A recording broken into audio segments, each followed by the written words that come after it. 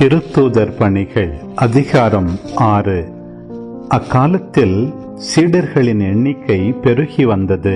அப்போது கிரேக்க மொழி பேசுவோர் தங்களுடைய கைம்பெண்கள் அன்றாட பந்தியில் முறையாக கவனிக்கப்படவில்லை என்று எபிரேய மொழி பேசுவோருக்கு எதிராக முணுமுணுத்தனர். எனவே 12 திருத்தூதரும் சீடர்களை ஒருங்கே வரவழைத்து, நாங்கள் கடவுளது வார்த்தையை கற்பிப்பதை விட்டுவிட்டு பந்தியில் பரிமாறும் பணியில் ஈடுபடுவது முறையல்ல. ஆதலால் அன்பர்களே, உங்களிடமிருந்து நற்சான்று பெற்றவர்களும் தூய ஆவி அருளும் வல்லமையும் ஞானமும் நிறைந்தவர்களுமான 7 கவனமாய் தெரிந்தெடுங்கள்.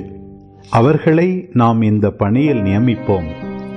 நாங்களோ இறைவேண்டலிலும் இறைவார்த்தை பணியிலும் உறுதியாய் நிலைத்திருப்போம் என்று கூறினர். திரளாய் கூடியிருந்த சீடர் அனைவரும் இக்கருத்தை ஏற்றுக்கொண்டனர்.